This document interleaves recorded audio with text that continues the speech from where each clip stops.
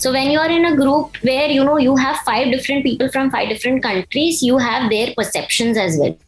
So studying in a different country is trying to understand the different perceptions that come into one case.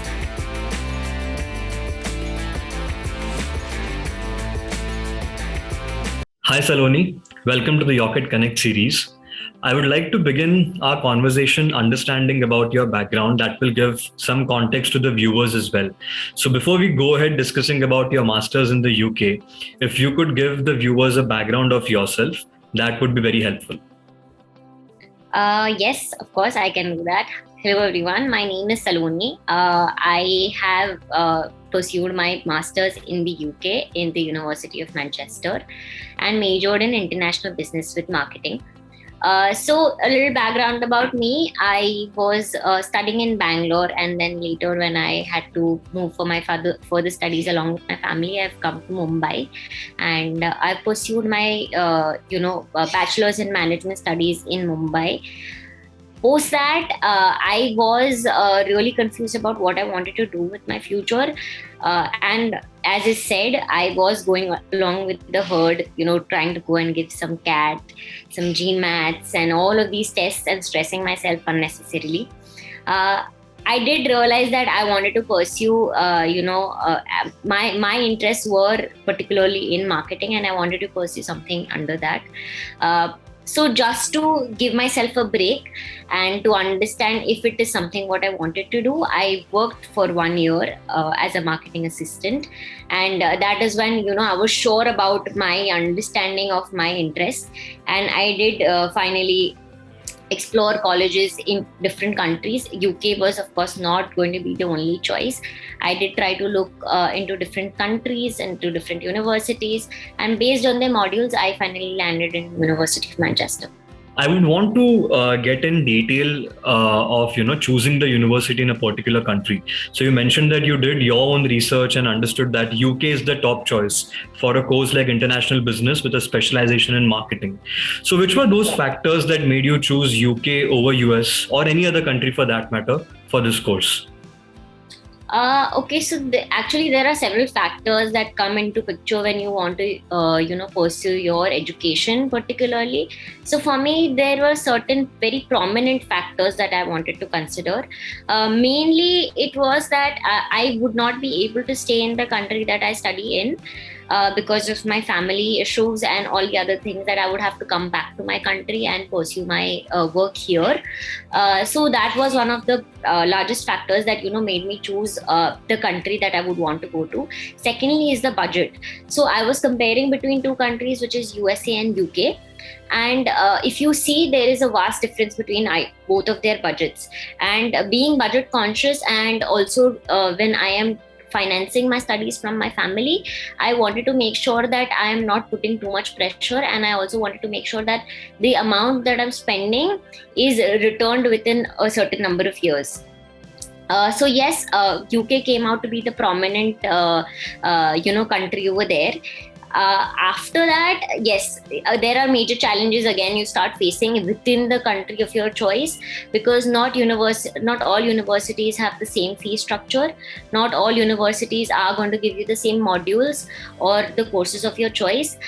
This is also another reason where UK has stood out for me, because UK is a country where you can explore a lot of options for you. So if I want to pursue, let's say, a course like international business, where I also want to have marketing into the picture, UK is the country for you. I want to get into the budgets part of it that you mentioned, right? So behind deciding between US and UK, budget happened to be one of the most important factors as well.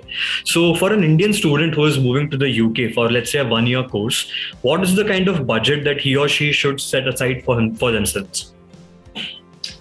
Okay, so I do know the fee structure that was then when I had pursued my graduation, and I do know the fee structure that is now, which is like a 2 to 3 year gap. There have been certain changes, but I think if you are conscious about what you want to achieve, I think you can do that within, in an under 35 lakhs, all your expenses. And that was the case for me as well. So you need to take in all the other different factors, like your fees, where are you going to be staying, your rent. So if you want to, stay near the university, then of course it's going to be expensive. So all of these things, you need to start looking out before you just go in and start paying your money. And then your daily expenses. UK is not a country that is cheap. Everything is expensive, from your daily groceries to the smallest of things is going to be expensive. So if you're going to manage that quite well, then yes, you can very well be within your budget. I would want to understand, how different did you find the student life in India as compared to the student life in the UK? So I think in India, what we are, I think we are just a group of the same segment. So we have like-mindedness. We understand all the cultures. We are not so interested into each one's cultural background. And whereas when you're studying in a different country where there are diverse people from different countries coming in, there is such high diversity there. There you find yourself in a fix where you are also explaining your cultural ways. So for example, this is like a smallest of examples, but you try to understand how things are going, and probably you need to also understand the other person's way of doing things. So there was this party conducted by my classmate who was not yet my friend, and this other friend of mine had invited me to this party. So being who I am and being brought up in an environment where we do not go to parties until unless we are invited by the host, I did not happen to go to the party. And this was followed by 3 other parties. And I did not happen to go to all 3 of the parties. And my explanation to this other friend was that I was not invited. How can I go to someone's house without being invited? And this is something the Europeans did not understand. It was just a casual party. Everyone who knew about it could come and enter. So later on, I did understand their ways of working things out. And I did explain them my side of the story as well, that how things work in India and how things work where we come from. So yes, the cultural difference is so high that you try to understand how they think and how they work. So this is not just regarding any parties or anything. This is also regarding your, group projects. So when you are in a group where, you have 5 different people from 5 different countries, you have their perceptions as well. So studying in a different country is trying to understand the different perceptions that come into one case. That brings me to one interesting question. We have seen this, that a lot of students abroad, not just in the UK, but in a lot of countries, they get a lot of benefits or perks being a student. It could be in the form of discounts for public transport or other things. So in UK, what were the benefits that you received? Or in Manchester specifically, what were the benefits or perks that you received as a student? Oh, a lot of them actually. And I have saved a lot of money with these benefits. So Manchester, as I think everyone is aware or should be aware, is a student city, is very student centric. Everything around is going to be very student centric. And your student ID is your Bible. So wherever you go, you need any discounts, just show your student ID and I think you are surely getting your discount. So I think everyone should be equipped with the knowledge that, for anything you do, there is a discount attached to it. So let's say, for example, you want a rail pass. You need to take a rail card. Student rail cards allow you to avail a discount of 1/3. So your price is directly slashed to 1/3. And the rail cards are around 20 to 30 pounds, but you also get cashback on the rail card. So it then comes up to 10 pounds only. This is like a one-time investment for 1.5 years or 2 years that you're going to be there.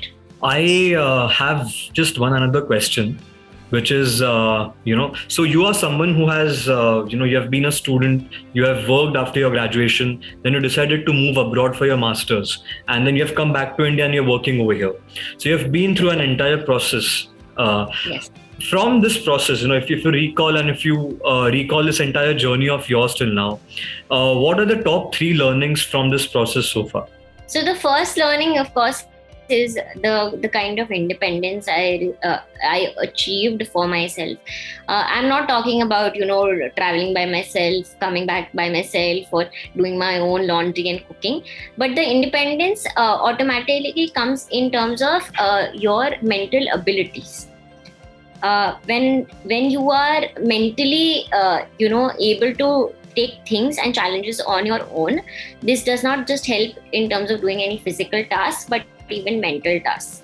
And it comes in handy in a lot of things, and in a lot of further in your future also, be it work, be it your personal life, whatever it is. So yeah, so that was the first thing that helped me achieve it. So secondly, I think I would say is mostly, I think things all fall into place. I have always been the kind of perfectionist. I want things to happen in a particular way, and if it does not, and I get very anxious, I overthink and I complicate things for myself, even though things are moving in the same way. Of course, it is not so easy to get your own way. Like, even after you've studied, probably you might not get a job later on. You might get a very good job after 6 months, and you would have not got a job right after your studies. So things take its own way and things take their own path. And I would suggest everyone to please be patient and wait for your turn to come. Not like, okay, you're not doing anything and just taking a back seat. That is also not the way. But yes, do not, let things slide by and overthink in the process.